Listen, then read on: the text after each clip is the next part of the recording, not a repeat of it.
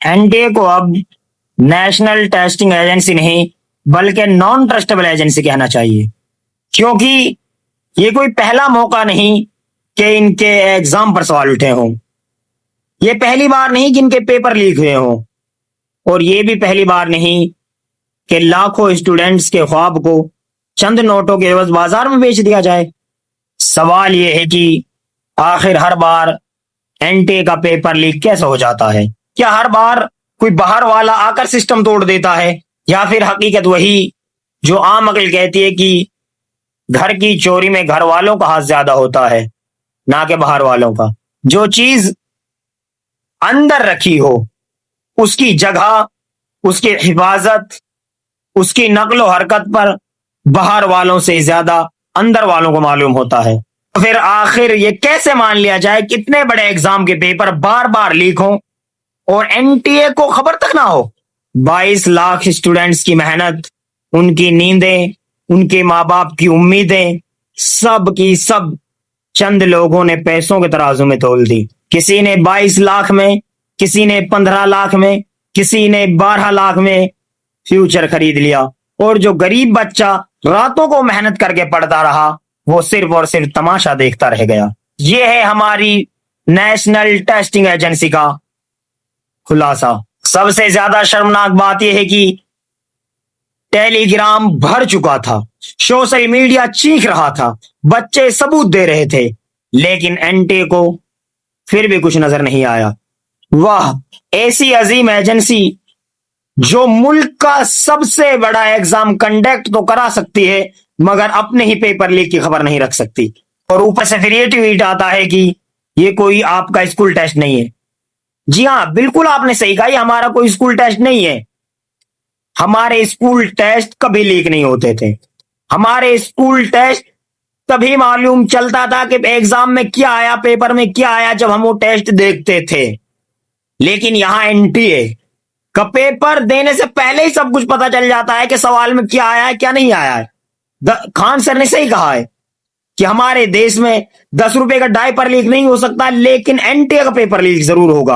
अब एनटीए दोबारा से एग्जाम कंडक्ट कराएगी, यानी पहले खुद सिस्टम को सड़ने दो, उसके बाद दोबारा से उन्हीं स्टूडेंट्स को दोबारा उस भट्टी में झोंक दो। जिन बच्चों ने 1 साल तक खून पसीना बहाया, जहनी दबाव झेला, डिप्रेशन बर्दाश्त किया, अब वो दोबारा से उसी अजाब से गुजरे। असल सजा किसको मिली? मुजरिमों को या इन मासूम स्टूडेंट्स को जिनका सिर्फ इतना कसूर था कि वो ईमानदारी के साथ पेपर देना चाहते थे? एनटीए को यह समझना होगा कि यह सिर्फ एक एग्जाम नहीं था, यह सिर्फ एक पेपर नहीं था, बल्कि लाखों घरों की उम्मीद थी, जिसे आपने चंद पैसों की खातिर बाजार में सरेआम नीलाम कर दिया। और जिस सिस्टम को कौम के फ्यूचर की हिफाजत सौंपी जाए और फिर वही उस फ्यूचर को बाजार में सरेआम नीलाम करे, तो फिर अवाम का गुस्सा और सवाल दोनों जायज हैं। और मैं अब भी यही कहूंगा कि एनटीए को अपना नाम चेंज कर लेना चाहिए और रख लेना चाहिए नॉन ट्रस्टेबल एजेंसी, क्योंकि नेशनल टेस्टिंग एजेंसी तो रहा ही नहीं है। ऐसा तो पहली बार नहीं हुआ कि इन्होंने पेपर लीक, इनका नहीं हुआ। आपने लगभग 4 से 5 मरतबा आपके पेपर लीक हुआ। अगर एक बच्चा जब दूध पीता है, अगर वो एक बार उस गर्म दूध से जल जाए तो 2 बार उसे फूंक फूंक कर पीता है। लेकिन आप लोग हर बार वही गलती उससे बेहतरीन अंदाज में करके दिखाते हैं।